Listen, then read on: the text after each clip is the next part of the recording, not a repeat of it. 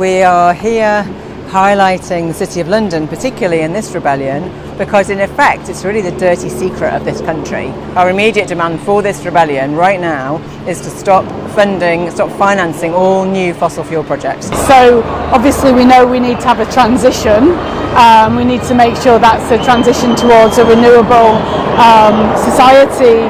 And there are lots of problems in that. There's lots of greenwashing, the use of biomass, the idea that that's a green solution. No, it's not on the whole, in small scale maybe. One of the issues with investment as well is the idea that we can carry on having economic growth and not destroy the planet. Unfortunately, the economists are really clear on that. So we've got to transition our entire economic system onto a different footing. This is not easy for the investment community to deal with, and I think one of the problems is that we have left it too late. We've been having talks about this for 30 years.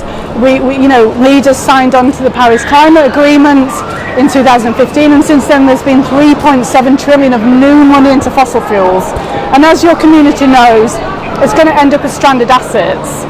The Aviva insurance folks are saying that we're heading for 3.9 degrees of warming, just what's in the FTSE 100 companies. And that signals, it's widely accepted, according to Professor Kevin Anderson, it signals the collapse of our civilization. So, as the Deutsche Bank economist said, we've either got to, I'm paraphrasing them, stop doing sort of growth as we're doing it now, which means this version of civilization's finished, or we carry on, which means this version of civilization's finished. So we don't have a choice, folks.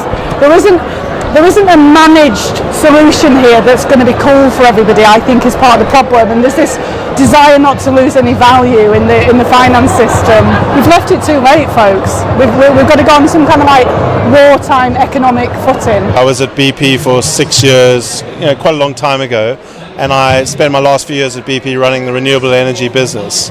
And the difficulty that oil and gas companies have is they're typically about extraction of oil and gas from the ground, and that's how they're measured, that's the share price. So they're so wrapped up in the old world of extraction that it's very unlikely that they can make the transition fast enough to the new world. We've always sort of been hopeful that they can adapt, but I'm growing very cynical about their ability to adapt, given that the playing field that they operate on is also based on extraction of oil and gas from the ground. I don't think that we should rule out any of the options that are available to us, including nationalization of oil companies. I think that using the market is preferred, but if the market can't move in an orderly way, if the market can't respond to policy signals, we need government departments who can do that effectively and save jobs and lives simultaneously.